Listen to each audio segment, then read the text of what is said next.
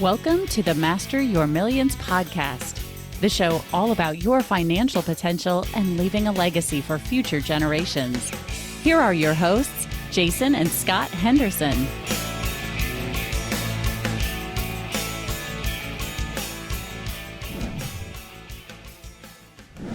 Welcome back, everyone. I am your host, Scott Henderson, and my co-host, as you know, is Dr. J. We've got a super special guest today, both in name and deed, but Dr. J, tell us who we have coming on. Sure, Scott. And this might become a little bit confusing because our guest is also named Scott. Scott Donnell is the best-selling author of Value Creation Kid, The Healthy Struggles Your Children Need to Succeed. With over 6 million families served, Scott is the leading voice in helping parents teach their kids good money skills. He is also the host of Smart Money Parenting, a worldwide top podcast for families. And now he is launching the world's first bank account for kids and teens that plays like a game called Gravy Stack. Welcome to the podcast, Scott Donnell. Good to be here, guys. Yeah, Dr. J and Scott H. We'll do that. Scott D and Scott H. How about that? Perfect. We'll have to figure that out. So tell us a little bit more about your background, how you got from wherever you were to where you are now. Just give us a general overview of things. Well, I come from 4 generations of successful entrepreneurs, mega wealth, and they never passed on a penny. They gave it to widows and orphans and gave it away and put it into charitable trusts to help the world and didn't pass it on to us. And I couldn't be more thankful. They taught us to fish from an early age. And everything I have today, there's none of that imposter syndrome or guilt or shame or fear or lottery ticket syndrome. They basically taught us to create value everywhere we went. And so my first business was at 8 years old, selling bead gecko keychains door to door. And I just was raised in this mindset of thinking like, hey, it's about the value you can create in the world, not being handed a bunch of stuff on a platter. And so, yeah, I've had a bunch of companies. This is my 5th one, Gravy Stack. We help kids and families. We've had a 7, 8, 9-figure exit for 3 of them. We had a miserable failure in blockchain. And now we're on business number 5. And our goal is to basically gamify financial literacy so that kids actually have a motive to learn it. Because nobody's learning it in schools. Banks don't care about kids because they don't have deposits. And parents need a roadmap. So we've helped 6 million families. We might as well turn financial literacy on its head and actually teach millions and millions of kids how to earn and save and spend and share and invest. So that's the point of Gravy Stack. That's my mission. That's what I want to do. Our goal is 50 million families, financially competent, ready to succeed in the world. I love your passion. Where did the passion come from in financial literacy? And is there something along the line that helped you to fire that? Yeah. Tell us more about that. Yeah. So my first company was to help my wife. She was a 1st grade teacher here in Phoenix, and she spent her whole paycheck on her kids. And I was like, what are you doing? You make like 38 grand a year. She's like, well, all teachers do that. In fact, it's true. 3.2 million teachers around the country. They all spend about $600 a year on their students just to cover things, supplies, books, random things for kids that need it. And so I said, okay, well, that stops now. So I started a company called Apex Fun Run, which became Apex Leadership Co. It became the largest school fundraising franchise in America. It exploded. We went into schools. We taught leadership and character and generosity to kids. And they'd raise money for the school. We'd put on big fun runs. It was hassle-free. And the school made like 50 grand in our first try.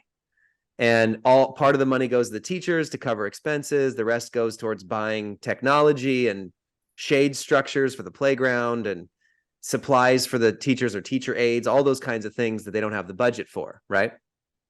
And then we got a portion of the funds as a company. We covered our costs. We made a little bit of money. We move on. Well, that thing just took off. So we went from 7 employees the first year to 45 the second year to 115 employees the third year. I mean, it just exploded. And we went, I think we're in 46 states now, with hundreds of franchises. We've raised over $500 million for schools. Millions of families do it every year. It's the top school fundraiser in America. So the problem was, ever since we started that company about 14 years ago, the kids were not learning money in school. They just weren't learning anything about financial. Just because you learn math or you do like a debits and credits sheet, maybe in 4th grade, doesn't mean you're financially competent. If that was true, then, Scott, you and I could play Monopoly one time and we both become real estate billionaire moguls. Okay. Kids have to actually make and manage real money to learn about money. You can't homework it. You have to earn it. You have to spend it wisely. You have to plan ahead. You have to feel the pinch of spending. Does that make sense? You have to do real money to learn money. So that was the start that I started to see this in thousands of schools across America. I was like, oh no, we got a problem. Like, how does geometry help you with your taxes, guys? They're learning like the wrong stuff in the wrong order. I believe that all education should be based on the value it creates in the world. Okay. And kids just move to complex and theory and hypothetical way too quickly. And we're not training them on like the practical stuff. So that's what led me down the road to financial literacy. We started doing business fairs 10 years ago, local business fairs where the kids come and bring products and sell them at a fair and customers come and buy them. And that ended up growing to like, now there's 1,700 fairs every year for kids all around the world. We just created a free website for people to set them up and do them, called childrensbusinessfair.com. Anybody can put them on. So there's hundreds of thousands of kids a year that go through it. So that was the first step. I've done thousands of these like pitch nights and teaching kids and like going over and over and over through how do you get kids to learn money. Then we launched myfirstsale.com, which helps kids launch their online business, their first Etsy, to like sell products online. Kids making $800 in the first day kind of thing. And that's what led us into Gravy Stack. So now Gravy Stack is the first bank for kids with a real debit card and a real save, spend, and share account where all their earning flows through and splits up automatically. So they see the flow of money and they have a ton of gigs and games that they play to become fully financially competent. So the whole thing's fun. So that's what led us into Gravy Stack. It took us 10 years and 6 million families to get here to learn this. But now we have a model where kids are on fire. I mean, they download this thing and they're just like looking for ways to like create value all around the house. They're earning money. They're covering their own expenses for the first time, starting at age 6. They never asked mom and dad for money again. It's incredible. We just had a kid flip. I hear more stories every day, but like we had a kid last month who made $900 a week, like flipping kid motorcycles, because we teach them like flipping assets. We had a family just save like 30% on their groceries for the last 6 weeks straight because their kids found coupons every week and they're paying them half the savings. I just had a family save $1,000 in subscriptions because one of our challenges was having the kids cancel unwanted or unneeded subscriptions that the parents didn't know they were paying for, right? Like just a bunch of practical things that you didn't think your kids should ever do, that when you do, it's like, oh, this is a no-brainer. And it saves us a bunch of money and teaches the kids to earn. So that's the point of Gravy Stack. Gravy Stack. I'm sorry. Where's that name from? To me, when I hear Gravy Stack, I don't think financial literacy. Yeah, it's a combination of gravy train and stacks of money. Gravy stack. Stack your gravy. That's the point. And by the way, it has to sound fun. It has to sound like a game because teenagers and kids, they don't want more homework. You don't want something that sounds like a bank. You want something that sounds fun. So what I've learned helping 6 million kids with this now is there's 2 ways kids learn: fun and real life experience. That's the only way to get to the deep core long-term memory. You think school and homework is real life experience and fun? No, that's the problem. So if you can make it fun and real life, now they're getting practical skills. Now they're intrinsically motivated to learn. That's the point of this. So if you can do fun and real life experience, now you're going to get a kid to get on fire for life about a certain topic. I believe that Everyone says kids today, oh, kids today. They have the attention span of a gnat, right?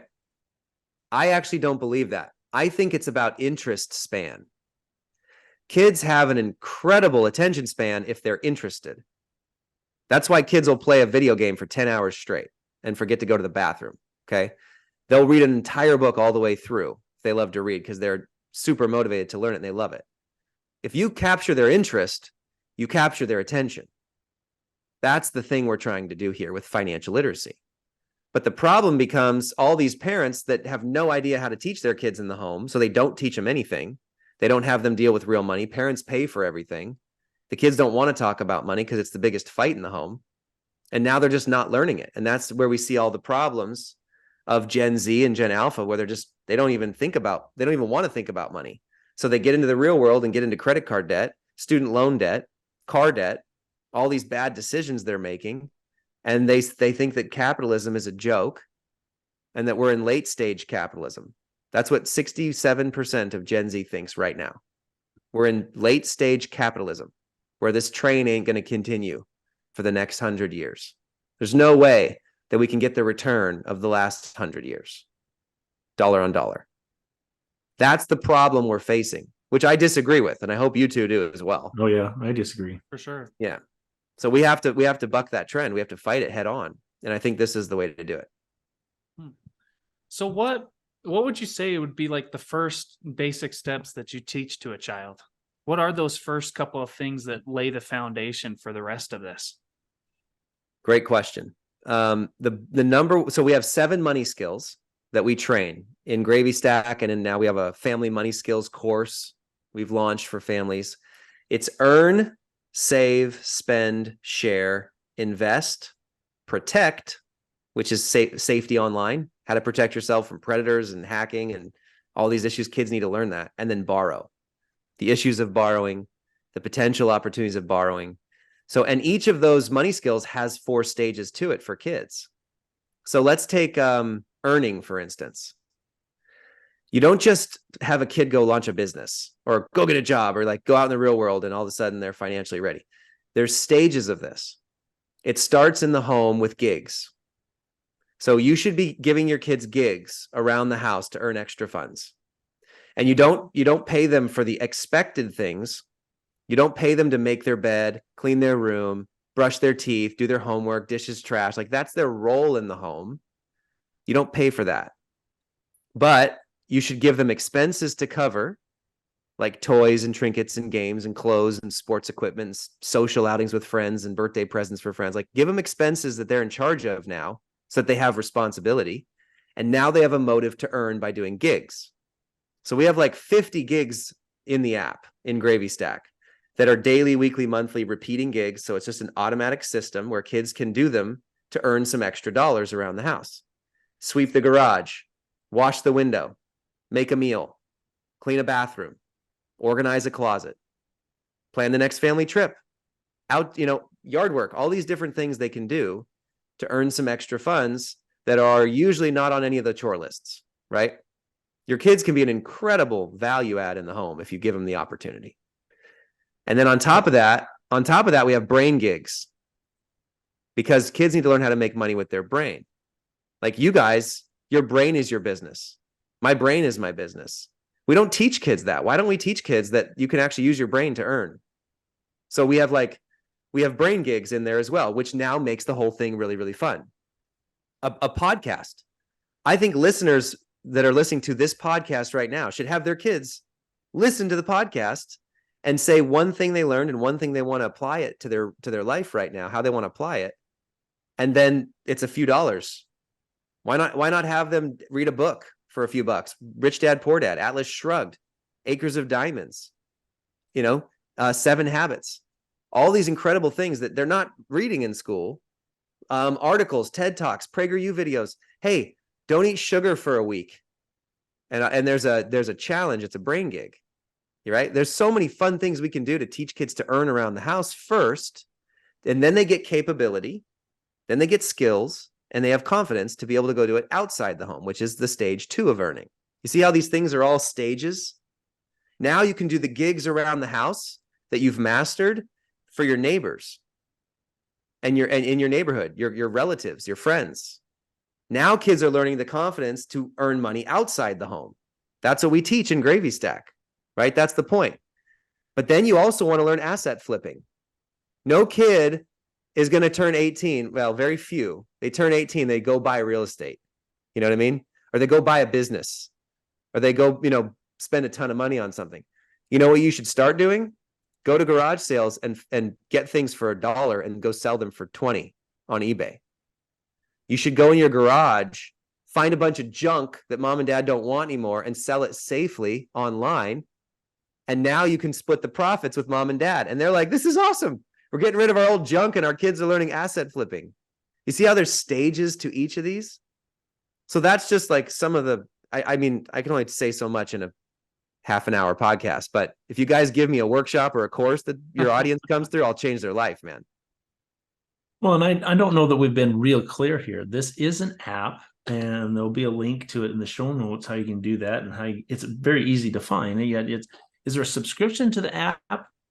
Yeah. That you do, right? But yep. I mean, inside of there's animated characters that makes it yep. fun. So it really is something that they get into, and there's, like you said, gigs. So, well, you want to do this, then you go do a gig, and it teaches them along the way how to get from point A to point B without them really feeling like that they're learning that. I mean, that's kind of the cool thing, is that we could teach these, we could put kids in a classroom and say, all right, today is financial literacy day, and we're going to have it every Tuesday morning from 9 to 11, and here's the homework, and blah, blah, blah, blah. That's the traditional or typical, I guess you should say, typical way of teaching kids a topic, where you have brought it into an app to make it fun, and they get all over it. I mean, the whole idea of an allowance is out the window. That's right. Allowance is socialism. It does not work. It's actually linked to a lack of motivation and an aversion to work. So allowance is basically codependency. You're giving your kids money for free every week, or you have them do chores for $10 a week or whatever. Well, now you're going to have the arguments over the chores. They're not going to do them right. They're not going to care because it's just like a salaried person. And so half those chores you shouldn't pay for. Why would you pay your kids to like make bed, clean room? That's an expectation in the home. And then the other half, the chores that you're making them do, you should pay one off so that they can learn the value they're creating with it. And now if you set the gig system, there's 50 other ways that they can help your family by earning funds, right? That's the point here. And the app, by the way, it's $7 a month to start. Okay. We have $7 a month all the way up to like $27 a month, so we can train the parents too. But the average kid is making mom and dad like thousands of dollars in the first few months. They're saving them, first of all, a ton of money through the games with subscriptions and couponing and flipping assets and all these things. And then they're learning to do gigs outside the home very quickly. So now it's a net positive. I mean, the return on investment here is like 100x, not to mention what it's going to do to your kid's future. All right. Think about that for a second. People don't realize this is going to transform your child's future, hundreds of thousands of dollars and millions of dollars down the line by learning this stuff now between the ages of 6 to 18 versus not doing any of it. And they get out in the real world, make a bunch of mistakes, and kills the value creation drive and goes into debt. So we're talking about an investment here in your kids rather than like a $7 a month expense. I mean, you could buy Netflix instead, I guess. But this one actually makes your family money and saves money and teaches the kids the right stuff. So I don't think of it as an expense. I think of it as an investment. So that's $7 per child, right? It's $7 per child, and then it's actually $3 per added kid. So if you got 2 kids, it's $10 a month. Yeah. And you used 6 to 18. Is 6 the earliest that you would start kids on this? Federally, we can't go below age 6. We have a system we train for younger kids, like ages 3 to 5, with the quarter system. We have that in our course for families as well, but you can't federally get a bank account until you're 6. So that's where we start. I see. Okay. Well, what about beyond 18? Well, we do. Once they turn 18, then the account is theirs, right? Once they're 18, now the bank account is just a regular bank account with all of the revenue streams, all the auto splitting of money between save, spend, and share. So actually 60% of our parents in Gravy Stack have already asked us if they can have Gravy Stack as their bank because it's so intuitive. It's so simple. Like, you want your money to be, you want to see the flow of your money. You want to see it auto split between your saving, spending, and sharing. You want to automatically be able to donate it or automatically be able to invest it. And you want to be able to see where things are coming from and where they're going.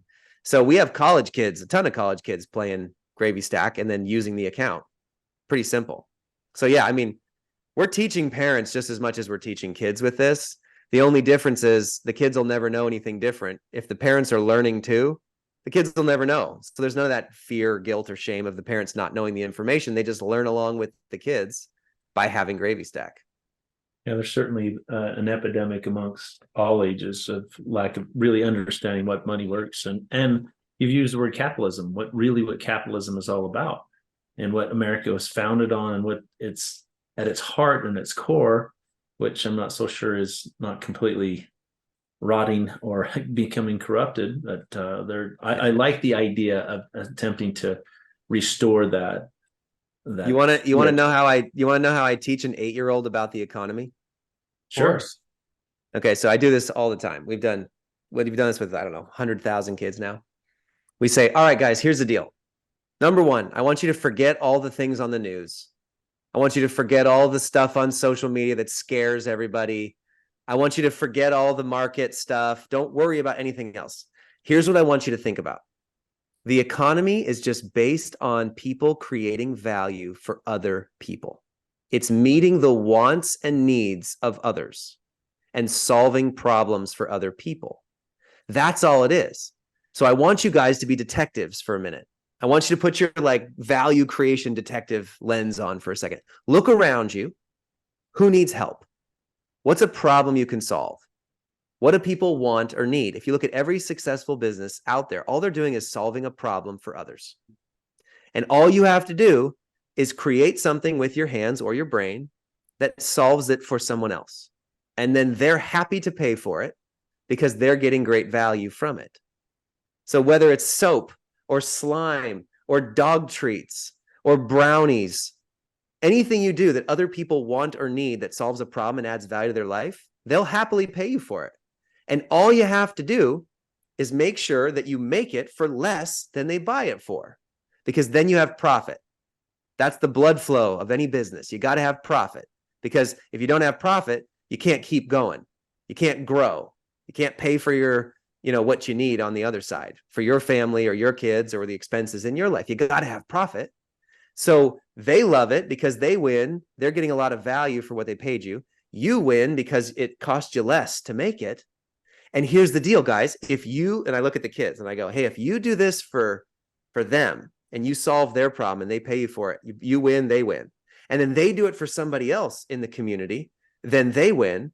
And that's what the economy is. It's just a bunch of people helping solve wants and needs and solving problems for other people. It creates value. So the pie just gets bigger and bigger and bigger, the more value you can create. That is the economy. I love it. It's as simple as that. Yeah, you're bringing in the idea of an abundance mindset, right? That there isn't a one pie and this is the fixed amount of money that everybody has to fight over. And when I get more, that means you get less. And so it's not dog eat dog, but it's a matter about creating value. Love that. That's the point. And then we say, and nobody wants a booger sandwich. And so we say, if you're going to make something to sell or create a product or a service, they have to want it. You have to ask them, what would you pay for this? Do you want this? How would this solve a problem for you? Nobody wants a booger sandwich. So it really helps kids, because the first thing they think of at these business fairs is they're like, oh, I just want to make this because I like it. No. It has to solve a need for somebody else, a want for somebody else. It has to solve a problem for somebody else, right? That's actually a big flip for kids. They're like, oh, if I just make some random, thing, something with beads or art or whatever, then people want it. It's like, no. You have to start with the customer. Start with what they want and need. If just because you make a bunch of booger sandwiches, and no one's going to buy that, right? So you want to actually think about the customer first. That's how the economy thrives. I got this really cool quote. This is more of an adult thing, but Dan Sullivan told me this one time about capitalism in the markets. He said, as an entrepreneur, the best way to look at the world in the economy is this. It's the increased cooperation between strangers. If you can increase the cooperation between people you don't know with a product or service, the pie gets bigger for everybody. So if you want to think of the economy, an ever-growing market, and creating value, you think about it as the increased cooperation between strangers. So now, the more we can actually create products and services that scale and help more and more people, the pie gets bigger for everybody. It's a brilliant way of looking at it. It is. It is. Interesting. So, I mean, you learned some of these things yourself, obviously, when you were young. What do you feel like, not to turn this completely personal, but what has been the most valuable lesson that you learned from your parents that has helped implement the gravy stack in this teaching process for the kids? Oof. That's a great question. The number one thing, well, I'll say this. When my parents dropped me off for college, my mom gave me a hug. They gave me the two best pieces of advice I ever got. My mom gave me a big hug, and she said, if it doesn't point to Jesus, what's the point? First thing, I've carried that with me everywhere I've gone. Then my dad shook my hand, and in his hand was a $50 bill, and he just said, tip well. And he got in the car, and they left. And I'll never forget those two pieces of advice.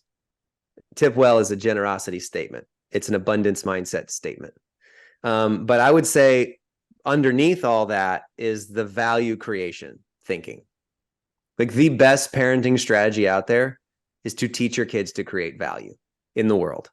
And there's three types of value. There's material value, there's emotional value, and there's spiritual value. So at all times, your kids can create value somewhere. They don't have to just be making money. In fact, money is a store of value. So if you take it a step back for kids, you talk about the value creation mindset first. That's why we wrote the book, Value Creation Kid, right? The healthy struggles your children need to succeed. It's all about creating value. So material value is what you create and produce. It's what we just talked about most of today. Usually the reward is a financial reward, but that's just one type of value. Emotional value is how you think and feel and help other people think and feel better. Kids need to learn that from an early age. It creates value in the world. This is what makes for great friends. The captain of the team, a leader. Great emotional values created everywhere they go. And kids can do that at any moment. And then spiritual values, just getting people out of themselves, connecting to something greater, to God, to a higher calling, to a mission. You know, when we said we were going to put a man on the moon in the 60s, unbelievable spiritual value for our country. It might have been the last time we were all so united as a country, to be honest with you guys. But it's getting people out of like the anxiety and the self-doubt and the selfishness, like entitlement, getting them onto something more important than themselves. Those are the three types of value that kids need to be trained to create. That's what I was trained in growing up. So when you do that, now kids have agency. They have their power. They have control of what they can control in their life to create value at all times. Do you guys know who Sharon Lechter is? Yes. She's a good friend. She's like the godmother of financial literacy. She's been fighting this battle for 40 years. Rich Dad, Poor Dad. She helped do that with Robert. Cash Flow Game. She's got 14 international bestsellers. Laurel knows her very well.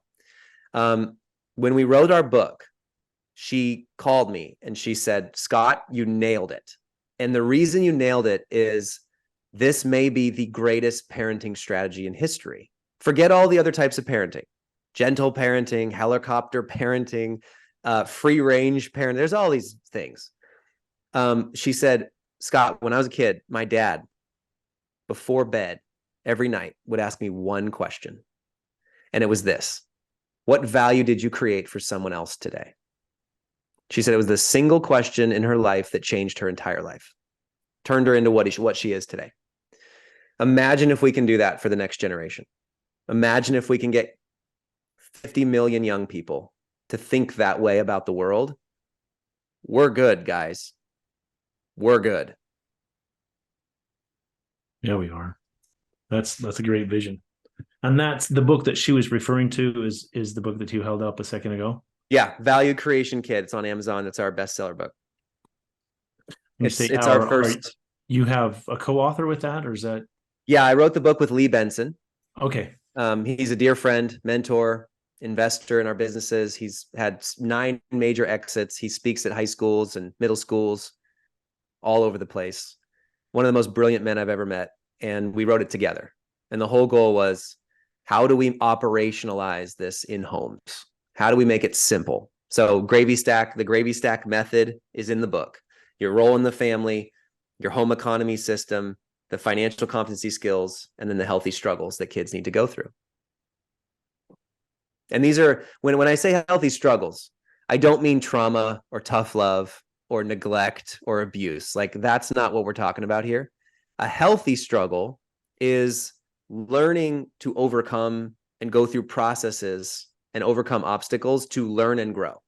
So any athlete or academic understands what we're talking about. These are the emotional skills, the relational skills, practical skills, financial skills, business prep skills that kids need to get in the home to succeed. And they can only learn them by overcoming on their own, by trying, failing fast and cheap, overcoming them. There's about 90 healthy struggles we have in the book that are not being taught in the education system, that you as parents can help your kids go through and learn, because once they've gone through those, then they have capabilities and confidence for the rest of their life to then create value, right?